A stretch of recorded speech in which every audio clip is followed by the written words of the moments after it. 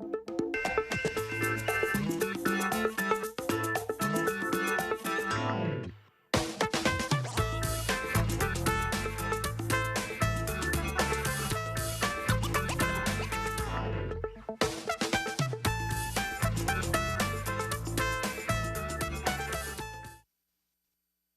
thanks for joining us for Next Up. This is the second half of the program when we interview community leaders. And today, my colleague Alvin, Reid, and I welcome Dennis Jenkerson, the chief of the fire department for the city of St. Louis. Chief, thank you very much for joining us on 9 PBS. How are you? I'm fantastic. My pleasure to be here. Well, it has been a real tough time recently for you and all members of the department. You lost a young firefighter by the name of Ben Polson, incredible young man. He had his law degree, he had his MBA, he was a ski instructor who decided to move back to his native St. Louis and fight fires, and he lost his life. And so our thoughts are with you and the firefighting community at this time. The question then is, what do we do to try and prevent similar things from happening? He was fighting a fire in what really was a condemned building, and unfortunately in St. Louis, we have a lot of those, Chief. What do you think? Yeah, we've been doing a lot of meetings with the upper command staff and looking at. We're doing a full investigation of the death and the incident as it is. But there's different numbers out there as how many vacant buildings are condemned buildings or abandoned buildings. It really depends on how you want to look at them. But we're getting numbers anywhere from 6,000 up to 10,000. So a lot of different databases to look at from the building department, the collector of revenue, the assessor's office, the forestry department. So there's various databases, and we're trying to take all of those, kind of put them together and look at how we can kind of whittle it down and suit the fire department's needs. The ability of the fire department to kind of rate these buildings, if you will, which is what we're trying to do, but we're trying to rate them for our needs, and I did a report last week with one of the TV stations, and we walked by a couple of the buildings, and I gave them a quick size up. In other words, what does the fire department look at when we pull up on the scene? And during the day, when there's no smoke, there's no fire obscuring any of the, the obvious visual scenes there, it's easy to do. But at 2:00 in the morning, when the building's full of fire and smoke's all around the building, it's very difficult for the first aid crew to make a very quick look or decision or size up of what they're going to do and what their actions are to follow. So we're going to develop a database. We're pretty far along.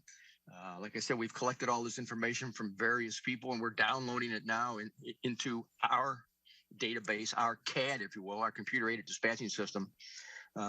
We've been working on a program that's called Intera, which is a GIS program, and we've been downloading it for about probably better than 6 months. So we put different layers into this program, whether it's the hydrant locations, the overlay of the streets, the gas connections, the electrical wires overhead, anything that we think is important to the fire service and the responding members.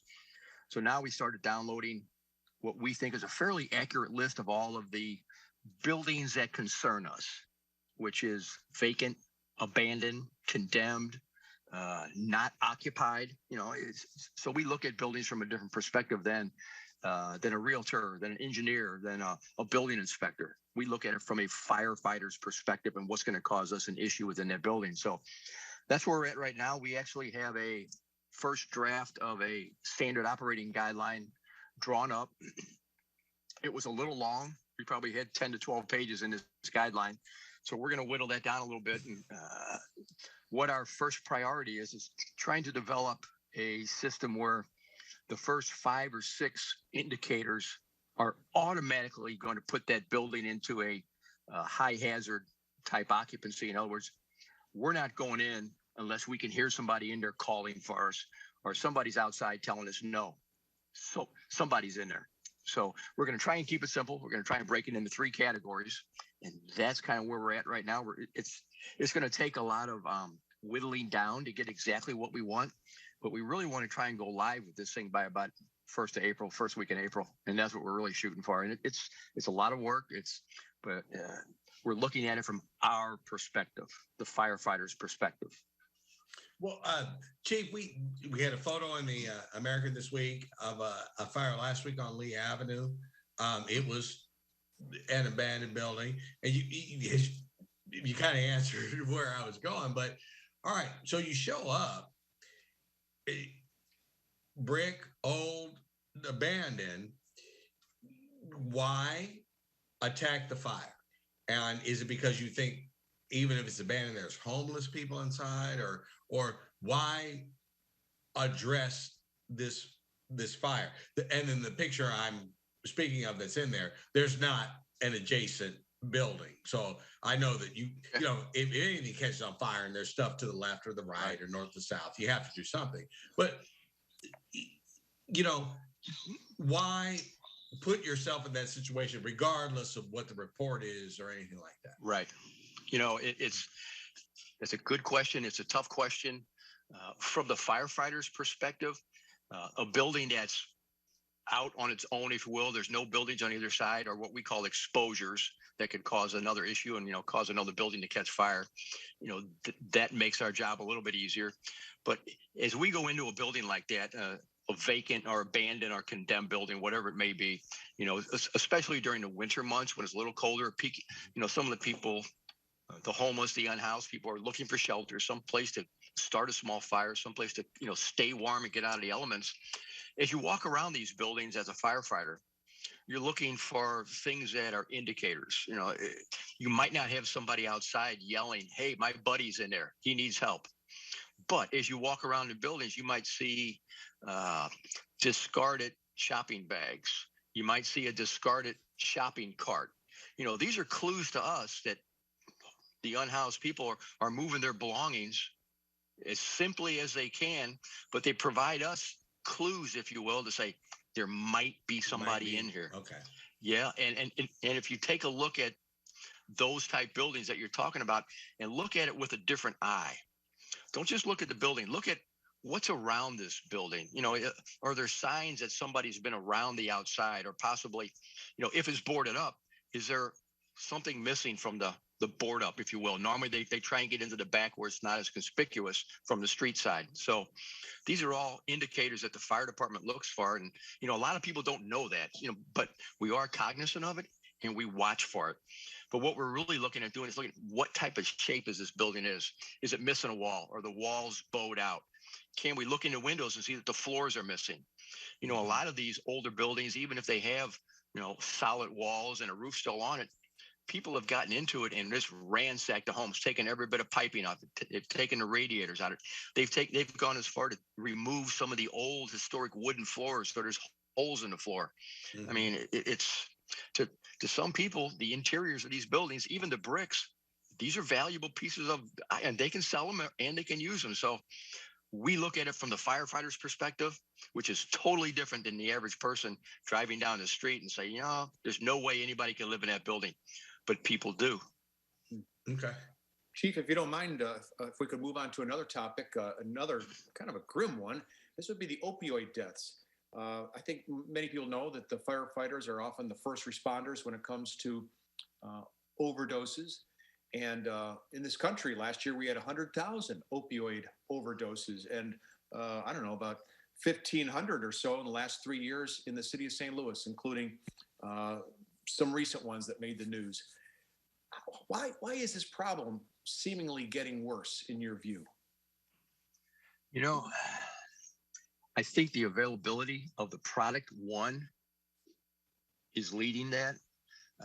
Two, this is a synthetic drug that's being man-made in different countries, primarily China, being filtered back down through Mexico, then up into our area.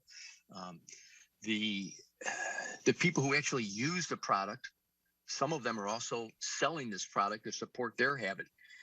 So it's a problem that is starting to really explode, primarily because there is no, I'll say, control over what they're using to produce this product. A couple of weeks ago, we had the fentanyl or the carfentanil issue in the city of St. Louis, where we had 7 or 8 people overdose on this product, and it's so strong, it's so quick, it's so dangerous. I mean, even by the time we get there, our Narcan won't work. They're already they've already passed. They've already succumbed to the product that they've taken. So it's I don't know what the answer is. It's to the point. Can we control how the product is made? I don't know. That might be an answer, but right now, I mean, the stuff is so strong, and if you get a bad batch, if somebody mixes 1 grain of salt, if you will, too much into the product, people are going to die. And every fire truck, every ambulance in our city carries Narcan. We just started a program where if we have an overdose at somebody's home and a family member's there, we will leave Narcan behind with them in case something happens, and show them how to use it, and walk through an instructional manual on, if this happens again, here's how you use the Narcan, because it takes us 4.5, 5 minutes for a fire truck to get there and administer fentanyl. But if that family member has the Narcan in place, that might save one of their loved ones' lives. And it's getting so rampant that we're looking for all kinds of ways to help the families. So, and on the street, we'll give people Narcan. They wake up, they look at you, they say, "Thank you very much. I'll see you later," and they walk away. You would have never, all right, I worked for the American for 12 years, was gone about 12, and now I'm back. When you first came on, if I had asked you 20 years from now, you'll be having this discussion about this and saying that, you probably would have said, "What are you talking about? I'm a firefighter. We fight fire." So your job has changed in 2 decades, hasn't it? Tremendously. The job and role of all the firefighters across the country has tremendously changed, just with the overdoses, vacant buildings. Just think about what we do with during the heating season with the carbon monoxide leaks. That used to be handled before by the different gas companies around the country. Now we respond on any gas leak first. So our job keeps expanding. The hazardous material, river rescues, collapse rescue. It's all kind of been pushed onto or fallen into the fire department's lap. So it's an ongoing job. It keeps us busy, and it keeps us training, because it just you have to be able to train and certify all the members to be able to handle the different situations. So yeah, our job has changed tremendously. Now, the paramedics are part of your department as well. And as of a couple of years ago, Chief, about 60% of the positions were filled. It's tough to find workers, we know, but also it's a job where you burn out within 2 years, apparently. What's the latest situation with paramedics in the city of St. Louis? Yeah. Right now we're about 22 paramedics down, which is down. We're down about 30% of our medics. That gap is being filled by the fire department medics. The St. Louis Fire Department and the EMS services are one service, but we are separate in that EMS, the EMTs and paramedics that work for EMS only ride the ambulances, and the firefighters who work on the fire trucks, who have paramedics degrees, are allowed to work on the ambulance. So we're able to fill that gap with a lot of overtime. But so many of the hospitals and the urgent access cares are filling their shortages with our paramedics and our EMTs. So and they're paying them better. Probably the biggest thing that has to happen within the city of St. Louis is, 1, a pay increase for our paramedics and our EMTs, and 2, because the city of St. Louis, our ambulances are basically being used as primary care medical assistance. They call us first because they don't want to go to the urgent access cares, and they don't want to go to the hospitals. So we provide the primary care. So we also need to increase the amount of ambulances that we run in the city. We run 12 a day on a 24-hour basis, but we probably really, if we look at other cities that have the EMS side, we're probably looking to run 16 to 18 at the minimum. But the problem there, if I can't get medics to hire, there's no sense trying to bump up my total units on the street. So something has to give. I know that's an old statement, but I would suggest that starting is looking at the service that the paramedics and the EMS side provides to the city and paying them the appropriate rate. No, I hear you. And, with teachers and everybody else, it's got to come from somewhere. Young people, okay, that's the lifeblood of any industry, be it journalism, be it whatever. I know that there's my uncle, my dad, my was a firefighter. That's one thing. How do you recruit young people that want to be EMS or want to be firefighters? Is it a uphill climb, or do you think it's there is enough interest out there that we can build our numbers, or where are you at on that? You know, you've been asking some tough questions. Okay, I'm trying. I will say that I guess about 6 years ago, we started a program where we were looking at how we were going to recruit, especially on the paramedic side. And we started a program at one of the high schools, one of the STEM high schools down off of Kings Highway, the old O'Fallon Tech, which I'm sure you're familiar with. But we enrolled about 18 juniors into a EMT type program. At the same time, we also enrolled them into a firefighter 1 and 2 program. You have to be licensed in the state of Missouri to be a firefighter. So they went through their junior and senior year, got their certifications, and we thought we had good, 18 good candidates to come onto the EMS side. All 18 of them got college scholarships.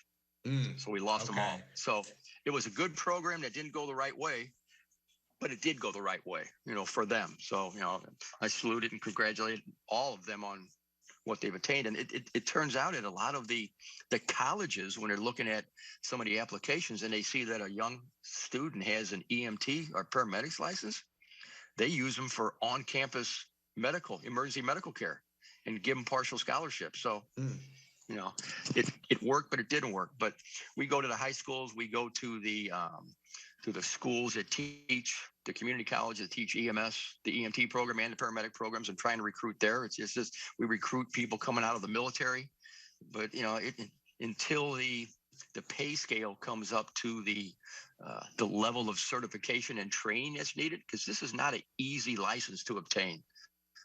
You're basically doing field emergency hospital work. You're starting lines, you're opening up airways, you're fixing broken legs, you're working on gunshot victims. It's a tough job. The military comes in to train with our EMS people because they get so much training and so much experience in our city. Chief, could the taxpayers enjoy some benefits if we merged the fire academies in the county and the city, and if we merge the dispatchers in the city with the fire department and the police department? Another good question. I'll start with the communication side of it first. I've been a proponent of merging in name all of the dispatch capabilities of the city of St. Louis into what's called a PSAP, or a public safety answering point. One of the gigs that the city takes is we don't have one, and that affects our insurance rates. What we do now is when you call 911, it gets answered by the police department, and you tell them whether you need the police, the fire, or the EMS. If it's fire or EMS, they have to transfer the call over to my building where I house fire and EMS dispatch, and that slows the process down. So I think it's imperative that the city goes to a public safety answering point where everybody's in one building. So that has to be done. And that is an expensive proposition when you start looking at it, with a city of our size, and more importantly, the amount of calls that we answer for police, fire, and EMS. That has to be done. As far as merging the academies, I think it would be a positive to do it. The only issue we have there is the counties actually have an ordinance in place that says you can only work for a county fire district if you go through their academy. Even though you're just getting a state of Missouri certification, you have to go through their fire academy. So if I have a firefighter who's got, say, 5 years with the city fire department and has probably responded on thousands of calls, if he wants to move to a county department and go to a small district, maybe one house, and probably handles maybe one call a day, he still has to go through the county fire academy, which makes no sense to me. Well, I hear you. Now, we moved back from we lived elsewhere and came back. My wife is a teacher. So you're telling me that I am certified in however many states and award winning and blah, blah, blah. And we got back here and they actually fixed this. They did. But I would have to do stuff to be certified here. It makes no sense. I hear you. So, 100%. So now when you're talking about fires, I'm 61. You guys are all younger than me, I think, probably. I'm not saying. All right. So when we talk about firefighters, is there still, even those watching the show, I have a tough time comprehending what he's saying because they are supposed to put fires out. And that's all I really know is they're firefighters. Why are they doing all these other things? Explain it to, you know, the average, not just St. Louis citizen, but from wherever. Okay. Our job has changed. Our job has changed. I'll explain it to the average Alvin. All right. So what we have to do is, we provide for public safety. Anytime there's a natural gas leak, that's a public safety hazard. Carbon monoxide leak in your home caused by broken heat exchanger in a furnace, improperly operating water heater, gas stove, that's a public safety hazard.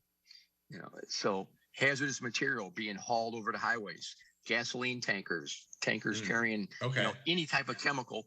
We are the hazmat experts. We have people who have chemistry degrees that they train for hazardous material, and it's a tremendous amount of training. Somebody goes onto the ice at one of the parks in the city and falls through. We have special squads that are trained in ice rescue, river rescue. We have, several boats that operate on a river. We're the 7th busiest inland port in the entire country. So the amount of product going up and down the river on tugboats and barges, we're responsible for the safety on that river. We have no Coast Guard presence in the city of St. Louis on the water. St. Louis Fire Department is it. We maintain all those boats. Somebody working on a construction site inside a pylon or hole digging, we're responsible for trench rescue. We have all that equipment. We're also responsible. We are considered what's called Rescue Task Force 2, which is the second task force in the state of Missouri. The number 1 is located in Boone County up in Columbia, and we respond all over the region to assist with tornadoes, large catastrophes. Like we were over at the Amazon building when it collapsed. We sent our unit over there and provided about 20 men over there to help, search for people. We have a team of dogs that we use to make sure nobody's in a building should a building collapse. We have live body dogs and cadaver dogs. So I haven't even gotten into the EMS side, with our EMS people. I mean, it's just, there's a lot to do. There's a lot to know and a lot of ongoing training. And, it's an exciting position, exciting career because every day is different. I heard that. Well, you're also handing out gun locks, free gun locks at all your stations, your firehouses. Is there any evidence that people are picking them up and actually using them, Chief? Yes. People, one of the advantages of the St. Louis Fire Department is the fact that I've got 30 firehouses across this city and 2 at the airport. And the ones in the city especially, those are all in neighborhoods. And people in these neighborhoods know that anything they have an issue with, they can walk to the firehouse, knock on the door, and they feel comfortable explaining the problem. A water leak in their house, something doesn't smell right, something's leaking, and some type of electrical issue. They'll knock on the door and we'll go over and check it out for them. And we don't, that comes with their tax base. So having the houses in the neighborhoods with the gun locks, the people are comfortable with us. They'll come knock on the door and say, hey, you guys I heard you got gun locks. Here's the brochure. Here's the pamphlet. Here's the gun lock. No question asked.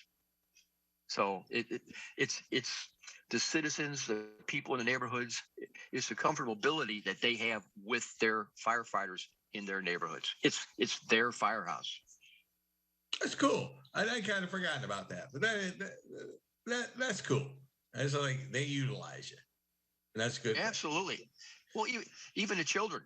During the summer when we don't have an inch of ice outside, I would say every house in the entire St. Louis city has the doors open, and the kids are coming by filling up bike tires, or something's not right with their bike, and the fireman to fix it. So it's a rapport. It's a relationship that we have with all the neighborhoods. But I